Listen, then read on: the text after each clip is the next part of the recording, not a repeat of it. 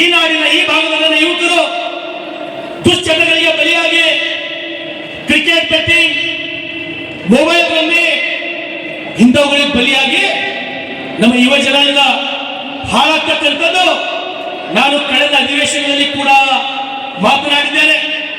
ದಯಮಾಡಿ ನಿಮ್ಮ ವಿದ್ಯಾರ್ಥಿಗಳು, ನಮ್ಮೆಲ್ಲ ವಿದ್ಯಾರ್ಥಿಗಳು ದಯಮಾಡಿ ನೀವೇನಾದ್ರೂ ಸಾಧನೆ ಮಾಡಬೇಕು, ಬಸವ ಕಲ್ಯಾಣಕ್ಕೆ ನಾನು ಕೀರ್ತಿ ತರಬೇಕು, ನನ್ನ ಹುಟ್ಟಿದ ಮನೆ ಕುಟುಂಬಕ್ಕೆ ನಾನು ಗೌರವ ಕೊಡಬೇಕಂದ್ರೆ ದಯಮಾಡಿ ನಿಮ್ಮ ಮೊಬೈಲ್ಗಳಲ್ಲಿ ಸಮಯವನ್ನು ಕಳೆಯದೆ ನಾನು ಯುವತತ್ವ ದಾಳಿಗೆ ಏನು ಗಣರಾಜ್ಯೋತ್ಸವದ ದಿನದಂದು ನಮ್ಮ ಶಾಸಕ ಶರಣು ಸಲಗರ್ ನಮ್ಮ ಕೈ ಜೋಡಿಸಿ ವಿನಂತಿಯನ್ನು ಮಾಡಿದ್ದಾನೆ.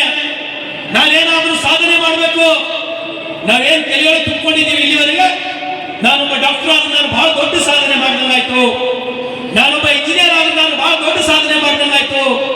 ದಯಮಾಡಿ